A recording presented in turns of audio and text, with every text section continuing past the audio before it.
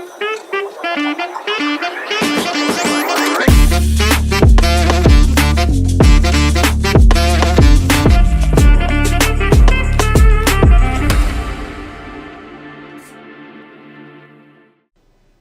have with us today a powerhouse, a writer, an author, a social media maverick. But the best thing I love about her is how she connects with people and how she gets people to connect with each other. So welcome, Miss Congeniality, Miss Malini Agarwal. Yay, what a lovely intro. Thank you for having me. It's lovely. Thanks for making time for me. Of course. I'm going to jump right in. Let's do it. You can only go hard when you love what you do you? I really do. And the thing is, my lines are so blurred. You know, people always ask about work-life balance, but I don't really know where work ends and life begins. And it's literally that age-old cliche, right? If you love what you do, you'll never work a day in your life. And I love it. I really feel like I'm living this dream. I always wanted to live a life less ordinary. It's truly, Bombay has made it extraordinary. Yeah, like you said, work-life balance, that was actually leading to an extent. Your job entails everything people do to entertain themselves or to unwind, right? Parties, events, holidays. Yeah. Does it not become a chore? Do you feel the burnout? How do you unwind? So, and actually I kind of unpacked it in my second book as well. You know what I'm struggling with these days is ironically living twice, the same moment. So I live it in real life and then I have to live it for my real life with the two E's. Yeah. And I sometimes am not able to be present and I'm really working on that. So I'm going away for a weekend and I have to, I have a lot of collabs, for example, and I'm planning already that, okay, I have to shoot this. And I'm like, how present will I be in that moment? That's kind of the struggle because I have to relive it for Instagram. And so, ironically, very often now, I sometimes stay at home for a couple of days so my Instagram can catch up with my real life. And I thought, what am I doing? I'm wasting real days just to catch up and sync up my social media. So it's a little bit, it is a struggle, to be honest. Okay. So you are very successful in this space, okay? And successful women are usually an intimidating partner. Yeah. How do you balance this in your relationship? So I feel very lucky. If you read my husband Nashad's Instagram bio, it says Mr. to Miss Malini, and I'm okay with that. And he gets a lot of props for that. I think he's just a very secure person. And I think secure men are less intimidated by these things. He also grew up all over the world. And he always says, he's like, I'm very happy to do my hydroponic farm and retire. It's not like it has to be a competition. I think especially in India, we build this narrative that men have to earn the money and how can a man work in a company named after his wife. If I worked in a company called Mr. Naushad, nobody would bat an eyelid. So I think I'm very lucky that I don't have this problem at home. I think other people might have a problem with the fact that it's not a problem for me. But I'm super lucky. I mean, it's sort of like the roles are flipped in a sense, right? He's the one who knows, he's an excellent chef. I would have died in the pandemic because I can't even make Maggie. Literally, I would have starved to death. And this is a problem. I'm not saying this proudly by any means, but it's just that the world just doesn't see this kind of narrative as okay. I'm super unskilled at anything domestic, and that's not a good thing. But he's a great survivor. He can survive in the workplace and at home. He's kind of like my MacGyver in that sense. Very old reference and totally dated myself. But I don't find it a struggle, and I give full credit to Naushad for this, that he's never made it a thing. Yeah, and why not? Because I think women also go to work and they manage the house. Why can't men do that? And why are they not expected to? Yeah, but I have to give Naushad extra props for this because he's also, we don't have kids, but we have a dog. So we're like dog parents, but he's also the primary caregiver to our dog. He knows everything about his meals, his schedule, his vet. So, the roles are flipped, but that isn't a bad thing either for him. I mean, I'm super lucky in that sense. I think that just, the world has to catch up. It's 2024, to be honest, And you just said that you're child-free. Yeah. So what entails in making this kind of decision? It's, because I feel there's so much pressure, even within social media. Yeah. You see all these red pill guys, they're like the women, they have to procreate. This is their job. Honestly, I don't know if it was a conscious decision. I always knew that I can't have biological children. I knew this since I was 16 or 17. Right.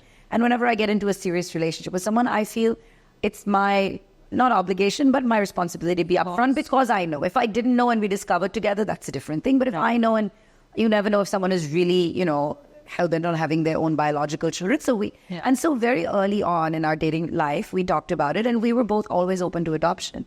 And we always talked about adopting in India and adopting, or maybe doing surrogacy, whatever. And we went through a lot of phases in it. Now, the thing is, we're very happy and comfortable being adopt parents. And I know how difficult it is to raise children. I've seen it with my best friend has 4. So I know it's not easy. I'm not saying that it was a conscious decision. We don't want children. It just so happened that we didn't have children, and we're okay with that. But I have a funny story aligned with this. So I remember going to a family wedding, and my mom introduced me saying, "Badi beti, choti beti." And so I said, "Hello, auntie." And the first question I got was, "How many children do you have? Not, do you have children?" So then I kind of panicked, and I was like, "Oh, I don't have kids, but I have my business is my baby." And so I have 60 kids in the office. And my mom very sweetly says to this auntie, she goes, "Abhi shadi hui hai."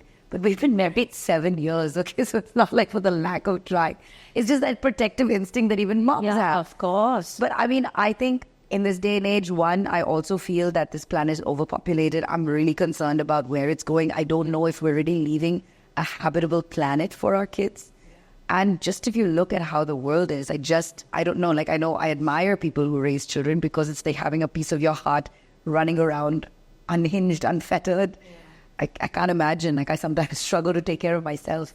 But I'm sure it comes with time. But I think it's just a bunch of different things that led to this decision. But it wasn't a conscious one. Yeah. But we're very happy. That's awesome. Yeah.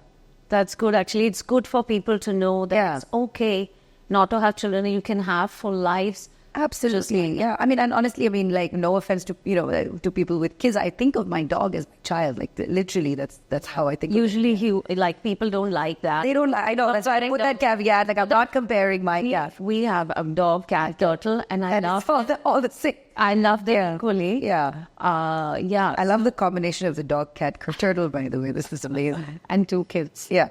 And a husband. The full zoo. Yeah. For my husband, this is the reverse feeling. No, thankfully, we've got hands-on help, yeah. Husbands, Yeah, sort of course. are doing stuff in our... And it's great. And, it's so nice to have someone in your corner. And for me and my husband, we also work together. He's the co-founder of Miss Malini. So imagine, like, it's literally 24/7. I don't loggerheads. We do, but we made a conscious decision to also be in charge of different departments. So he's more the business end, and what we call the fun stuff I get to do, in that sense, the creative end. So we don't step on each other's toes. Yeah. And not to say that it's always been a cakewalk. Yes, you do work 24/7 because you take the office home and you take home to the office. So if you've had an argument in either space, it's that feeling. But we've somehow not killed each other. So I think we're good. And that's awesome. Yeah. So, like earlier you were saying, we don't know what the future is going to be, and the kids and what kind of environment they're going to be in.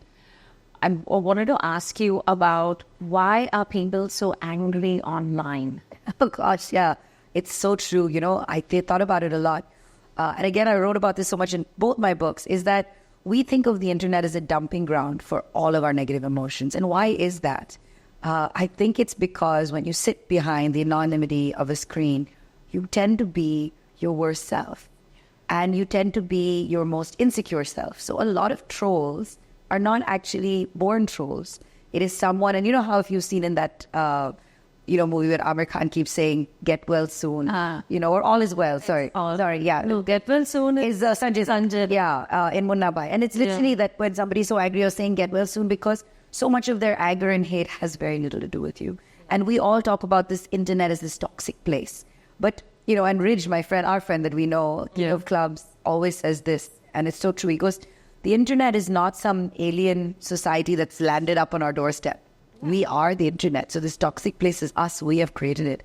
So I think the reason why this happens is that there was no education about how to behave online. When you learn how to drive a car, or even, do that biology with the scapula and you're dissecting a frog, you're taught every step of the way. If I just threw you car keys or give you a frog and a knife and said, do the dissection without any training, there would be a bloodbath, right? In both situations. But online, we're just like unfettered. Here, go, do whatever you want. We assumed that we would behave online the way we do in life. I see with my friends, I'm sure you tell your kids, when they get a gift, what do we say? You sneeze, you cover your mouth, you mind your P's. There are no rules here. There are no rules. It's complete like chaos online. But I would imagine that, you wouldn't say something rude to somebody on their face. You wouldn't. But that's the thing. We don't think of social media. We think of it as a game because people didn't understand, especially our parents' generation, didn't really get it. Even my mom to this day says, kya game khel rahi ho phone pe? And that's my office. Is that we just thought of it as make-believe. Virtual reality was never considered reality. And something we learned very much during the pandemic was this is our life. We did everything online, classes on Zoom, conversations. But I realized somebody's doing an Instagram live and people are saying the most horrific things in the comments because we didn't train anyone and we never prepared anyone to think of the internet as real people. And so we only think of people online as a number. Yeah. And what we have to do is unsee the number and see the people. And I have this rule that I made as a Bollywood blogger, never write anything you can't say to someone's face. Yeah. And that should apply even to people commenting. Now imagine even your social media journey. Have you ever typed anything that you would not say to someone's face? Never. Never, right? But there are so many people who do that because you're like, I don't treat you like a human because you're online. Yeah. Yeah, because I feel like you learn this stuff at school, right? Yeah. But about hate speech or freedom of speech, there is a fine line there. But also I feel the audience here in India, what you're putting out and who is receiving it, there is a big gap there. There's a huge gap. But some of the biggest trolls, and if you see what happened with Boys Locker Room, this was a very affluent school. Yeah. And that's the thing is that we just assume it's lack of education. It's not. In a lot of cases, the trolls, and I've had conversations with them, they're 16-year-old boys who just, and in India, parents don't talk to their kids about sex. They don't have that conversation. We don't. So they suddenly have a free access to message anyone. And I asked one guy who was saying creepy things, why do you do it? He said, how else will I get your attention? So it's this. And I think that's the lack of online education. And I really think we need to have, online sensitization at a primary school level. Then what to do if someone sends you a message or something. Like the amount of people always say, ignore it. Biggest mistake. I can't unsee the dick pic DM, so I can't ignore it. So similarly, there has to be, because we are taught in India that the person who is the victim of some kind of online or sexual abuse is the one who has brought shame. And I saw this on an episode of Satyamev Jayate where someone was saying, why do we, as soon as somebody is a rape victim or a victim, we say, who has said that we have put the idea of shame in her vagina? Oh, yeah. The person who should feel shame is the one who committed the crime, not the person who was the victim. Was talking about it. She spoke. I thought that stayed with me. Yeah. Yeah. It's true. Yeah. But also I feel we see it from the eyes of men, right? They are politicians, they are fathers, they are, you know what I mean? Like they have been making the decisions for so many years. And then, so that is why and there's that lack of education and the fact that, and it's not even lack of education, there's lack of any kind of accountability. Like what happens if I do something like this? Online, there's nothing. Like there's supposed to be, and it's like, I work with a lot of, we started a campaign called Ignore No More because people always say ignore it. But we used to do that in real life. Like I remember being 17 or 14 and I always describe what I was wearing to make a point. I was wearing a mustard salwar kameez, glasses, and my hair was up oily. And I went to watch a matinee show with my mom. And a guy still came and put his hand on my breast in broad daylight in Delhi, right? And I described this so people think, oh, you must have, because immediately they think, oh, based on what you're like, maybe you're wearing something that you asked for it. Now if someone did that, we would have beaten it. But at that point, my mom said, let's not make a scene and let's leave. This is in the 90s. But the sari is the most sexy outfit. Yeah, but I was wearing a salwar kameez. But my point is now online we're saying ignore it. Now, today, if someone came and dropped their pants on the street, you wouldn't ignore it. Huh. But why do we say ignore it online? Because the virtual crime, and we're getting closer and closer to VR, where you're going to wear a headset. And there was already a case of rape online in a virtual. Yes. So we're not very far from a world where, because we said ignore it and anyone can walk around doing anything online, we are creating the same problematic society by not saying somebody needs to have, where is the online police? So there should be some consequence culture instead of. And the thing is, there is, because technically there is by law, and we've done, like, for instance, there was a social media guy who was trying to elicit and rile up everyone to go rape a comedian a while ago. He was some guy who was a character on Big Boss. But we got his account deleted because you can, but you have to take the steps. You can file an FIR. The idea of outraging a woman's modesty in real life the rules also apply online, but people are not aware. You should file the FIR. You should go to the police. They have to take action. But we don't do anything. Don't block. Don't ignore. File that FIR, and then they get that one call from the police, and then they go so quickly from calling you like a prostitute to then so fast. Yeah, that's because they have not ever been stopped. Right? They've never been called out. There's no fear. But as soon as there is, then suddenly, and the parents call up crying. And I learned this from this actor, Tina Singh. I thought it was brilliant what she did because, she has a beautiful Instagram and she's putting up gorgeous pictures of herself. And somebody would send her all these. So what she would do is she would go, and now they don't even hide behind an anonymous account. So she would go to their Instagram, figure out what school they go to or where they work or their families, and then send that person screenshots and this is what your son or student is doing or your employee. Way to do it. And they would get fired. They would get suspended from school. The parents would be horrified. Good. Consequence. Yeah, absolutely. So do you think like social media is a battleground for feminism? Everything is. The whole world is a battleground if you want it to be. But I think that there are also such great things that happen online. The point is, social media was always meant to be a way to amplify your ability to connect with people at a scale that's not otherwise humanly possible. I can have 5,000 friends on Facebook. I can have 1 million followers or whatever. There's no limit. And even if you think about your WhatsApp groups, you're in so many groups that you might talk to the people once a month, send a joke or whatever, but you're connected. You would not be able to keep that up humanly. And I talk about this thing called the Dunbar principle, where it says that we are actually cognitively only capable of having 150 meaningful relationships. The brain can only remember 1,500 people physically, which is why we need to now become cyborgs in a sense to be able to go further than this. So we can also, in any situation, you can focus on only the negative and say it's horrible, it's a battlefield.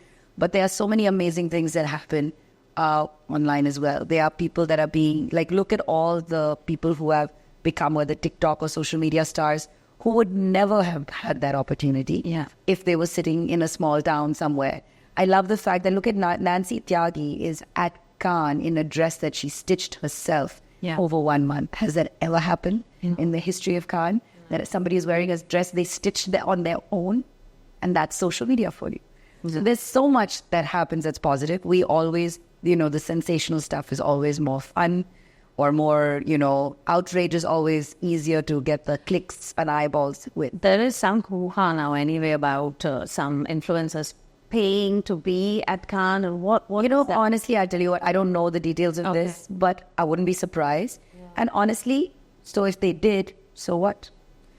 To the history of awards in India, so many are bought. Nobody says anything. But it's very easy because the influencer society has always been kind of like, we are Bollywood, you are influencers. Like you are second class, you're the stepchildren. But now they are taking over because these are people who, without a whole entourage of hair, makeup, stylists, PR, money, or family associations, have suddenly ended up going on far. Now, how they did it, and now they have the money to buy whatever they can buy, good for them.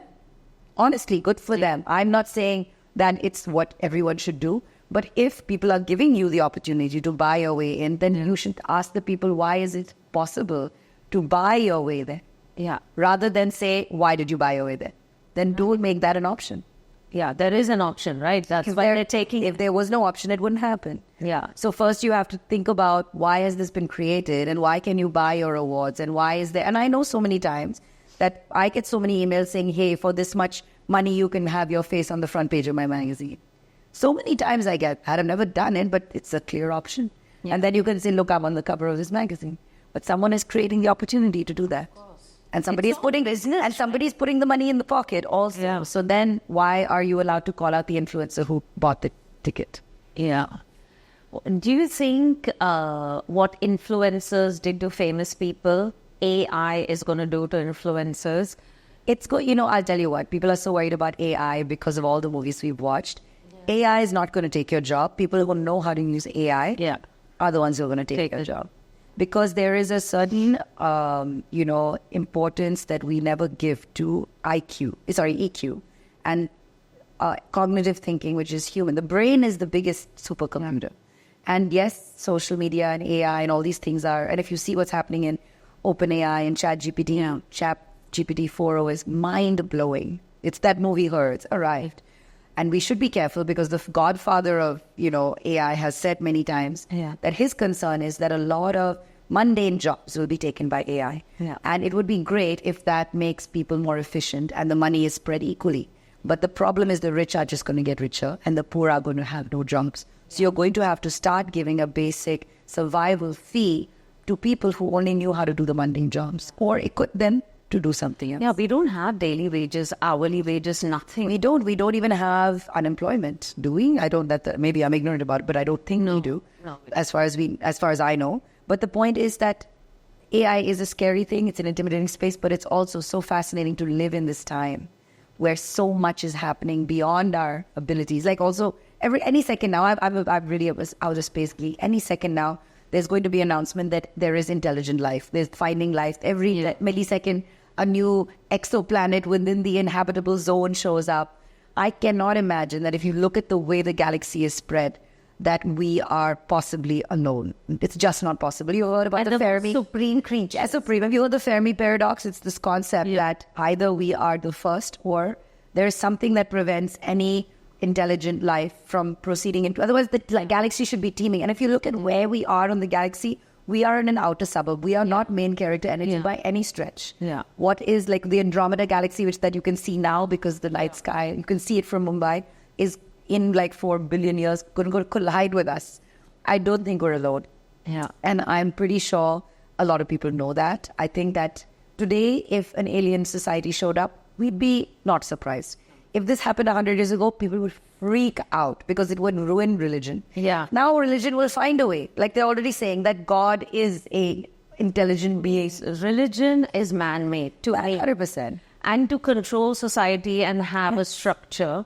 I definitely tell my kids that our religion, we are from the kindness community. If you can help other people and be kind and be of service, that's all. That is, God is within you. Within you. And there's this whole thing that people are, nature. For social media, we look for that dopamine hit of joy. There's something called the helper's high. And people have done studies on this. I'm not just saying it flippantly. Is that when you think about doing charity, it lights up the same neurons in your brain as when you think about chocolate or sex or food. And giving someone and helping someone. And I tell people to do this every time. I'm like, instead of going to your social media and refreshing and saying, oh, I didn't get this many views. Go to even that one person who has liked your post. Go into their page and leave a comment. You're starting that positivity domino effect, which is that pay it forward. They will feel dopamine, you will feel dopamine, and they will start a response back. Are people also getting dopamine from scandalous contents, crazy visuals? Like absolute nonsense stuff goes viral. Does it say something about us as consumers? Of course. We're always like the fact, like I made a rule on my blog, we don't do funeral spotting. You have airport spotting. It's horrifying that there are so many, and the paparazzi, again, you can't blame the paparazzi because there is a consumer base that is waiting to see who came to somebody's funeral. And then we'll catch someone who happens to have a smile on their face for that millisecond because they talked about a good memory about that person. It's horrifying. But we have created this consumer base, and there's an amazing documentary made in the 80s before reality television about this, and Andy Warhol said it best, that everybody will be famous for 15 seconds. 15 minutes, he said. In your book. But it's actually 15 seconds. Okay. What advice will you give someone who is ostracized for progressive views? Honestly, I think that you have to understand that people don't like change. We are creatures of habit. And if you see in even so many social experiments, if someone is asking someone in a group a question, more often than not, everyone will vote along with the group because it's much easier to go with other people than stand out and have your own views. I think trying to teach anyone anything in an angry, confrontational way is already a fail because you've put them in a defensive frame of mind. I think if you have progressive views, have the progressive ability to communicate them in a way that doesn't feel like you're challenging someone's core beliefs, right? Because everyone is looking at life from their perspective. I'm main character in my story, you're supporting cast. I'm supporting cast in your story. Everything is your POV. So you have to remember that everyone has so many different things that motivate them. So rather than and I think progressive views, the word progressive is future forward thinking, right? Imagine that you are just 5 minutes ahead from someone else. You have to wait for them to catch up sometimes, right? And you have to understand the path that got you there. Yeah, they're walking on my shoulders if I'm ahead. If you're ahead, they're looking over. And sometimes you have to, I think positive reinforcement works best. Yeah. Validation works best. I'm not saying give someone validation for ridiculous views, but understand why they are not there yet. What is preventing them from seeing your point of view? And it's always better to listen more than speak in those situations to understand. And I still struggle with this. They say the best leaders listen more than they speak. I'm not there yet. I know I speak a lot. But I know and I've seen how much impact that has. Like Naushad is such a good leader because he listens. Yeah. I mean, also when someone is telling you something, you also want to connect and relate. So you happen to pitch in, right? Of course. So it's not like you're not listening. It's not, though, but I think a lot of times, and I've consciously changed this, is a lot of times we're waiting for our turn to speak rather than listen. Yeah. And in that process, and I think I also blame it on my ADHD that I'll forget what I was going to say, but then keep a notepad and write it down or do whatever, because it's just, see, I think we have life a little wrong, right? We're on this planet for 80, 100 years, maybe. Some people are saying 500 if you live till whatever, the next 20, 30 years. But we all know how it ends. Yeah. It all ends with us dying, let's be honest. Like, there's no surprise here, no spoiler alert. So what is our purpose in life? We are on this planet to feel everything, to have great love, be heartbroken, feel all the emotions, connect with people. And I have a tattoo from Moulin Rouge that says, the greatest thing you'll ever learn is just to love and be loved in return. But we have given so much value to money, fame, or what is money? It's paper. We've created all of this.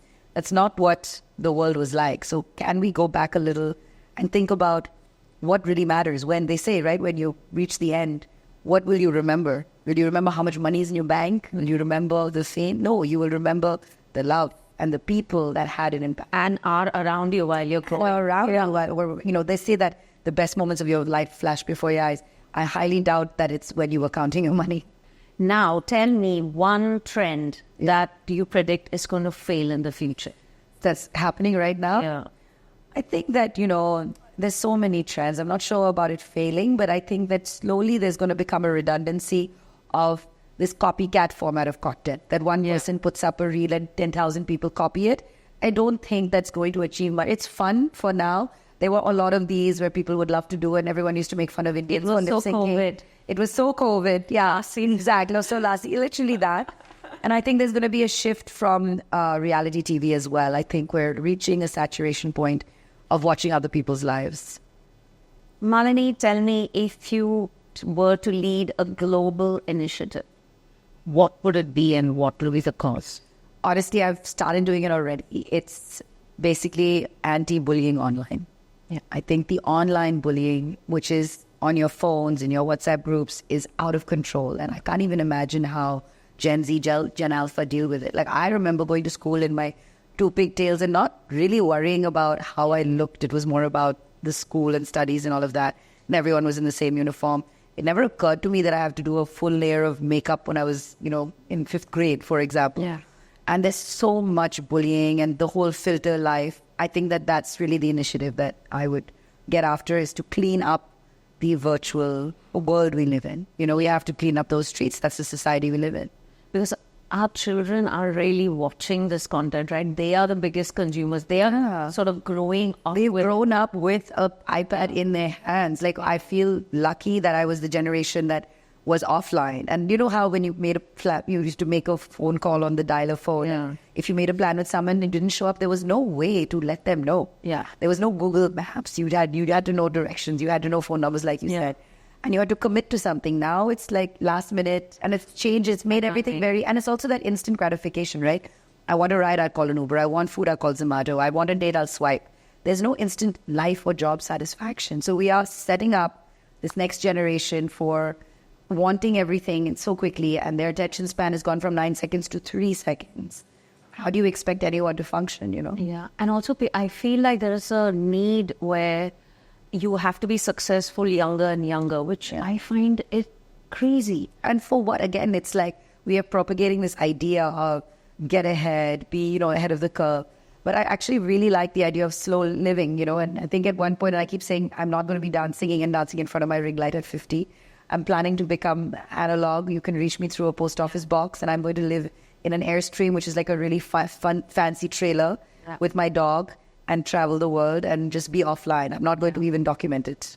Yeah, I'm 43 and I don't feel I'm redundant. I'm doing so many things. So many things. Yeah. And, so you don't have to really drive yourself. You don't have to drive yourself crazy. And the same thing, right? Like I started Miss Malini 15 years ago and we've talked loud to 3 generations. Yeah. And there's always the competitive. And this is the thing, right? What COVID taught me was we all had to stop. Everyone had to pause. So you could take a breath. And because the bigger thing is that, this guy's running, I better keep running. So you don't even stop to take a breath. Like, bahut aage nikal jayega. Yeah. So it's nice to take that pause. But I think everyone has to be on their own path for it. You can't tell someone to slow down. I think you have to just be in competition only with yourself. Otherwise, you'll drive yourself absolutely insane. Thanks for that, Malini. Thank you. I'm going to ask you some rapid fire questions. Yes. Let's hope it's rapid fire. Okay. A social media trend you wish would disappear? This Ashoka trend, I can't watch it anymore. Which one? The makeup changing? Yeah. That's crazy editing. Who's going to be doing that stuff? That's too stressful. And I get so stressed thinking about how much trouble it would have been. Yeah. Okay. If you were to swap lives with one celebrity. Wow. Swap lives? Swap lives, yeah. Deepika Padukone, I think. Why? No, actually, I don't want to swap lives. I want to be her best friend. Just because I think she's very fun and sweet. I want to because I'd really ship Ranveer and Deepika. I want to hang out with both of them. That's my plan. Eventually, I hope they watch. They can adopt a second one. Yeah. Done. Adult. Okay. Most embarrassing post you have shared? I've shared my ugly high school photo when I was at prom and I literally looked like I lived on the sun because I had to ask my mom, what happened? She goes, you played in the sun a lot. Yes. I'm like on the sun, not in the sun. It was, I didn't have any of your amazing refraction product to save my skin. I didn't have it myself because somebody, saw me, an older lady. She met me after many years. Yeah. She was like, "Arey, tum to gori ho gaye." And I like, My aunt used to say, "Tum kitni kali si sukri si hoti." I'm like, this is a very odd compliment. This is what. It's a backhand. Yeah, but I put up that picture in a lace dress at prom, wearing these big glasses before they were cool. When you had the gold bar across because they were the cheapest. Yeah. And that's my most embarrassing post. What's the biggest lie you've said in an interview? Biggest lie I've said in an interview. I haven't done an interview. I'm not. I do the interviewing most of the time. Okay. So I don't think I've really lied. I can't think of anything right now. You're quite honest like that. I am. Also, I don't really have much to lie about, to be honest. Yeah, you're quite open. Yeah. And also my whole content has always been very happy, shiny, but I think of it. Who would be one celebrity you would choose to be a spokesperson for women's G-spot? For women's G-spot, wow. I think there's so many content creators now that do such a great job, by the way. It's absolutely fabulous. There's Lisa from Goa. She's so... Mangalda. Yeah, I think she is hands down the winner for this. Okay, great. Yeah. Lisa. Okay. Which celebrity would you dare to make a prank call right now? That I would dare to make a prank call. I feel like Arjun Kapoor takes pranks well. Yeah. I think him or Varun Dhawan, one of them. Okay. Most overrated influencer? I can't. I don't think there's any honestly, I don't think anyone's an overrated influencer. I think the concept of having millions of followers is overrated because do you even know who's following you, right? The quality over quantity always. Okay. Describe your life if it had a Bollywood title. Yeah. What would it be? Oh, if I had a Bollywood title. I have my Hollywood title is just Do the Moon. It doesn't translate well in Hindi. I think a Bollywood title, if like an existing one, I think there's so many, right? I think I literally, when I landed in Bombay, I sat in a black and yellow cab and it was raining and all I needed was the soundtrack. But I really like that old, maybe a reboot of Andaz Apna Apna. Yeah, nice. That is good. Yeah. I love that. Well, awesome. Thanks, Malini. Thank you so much. It was so fun. See you. And actually, you have been we're coming a full circle because you connected me with these guys, and that's why we're here. And then I really wanted to have this chat with you. Likewise. No, and I'm so glad that it worked out so well. And I think it's just incredible because I love when worlds collide. And you said it so well that I get the dopamine from connecting people. And so this is such a lovely full circle. I remember asking you, I was like, when am I going to be on your podcast? Because it was so great to see. And you're doing such a great job. Thanks, Malini. Thank you.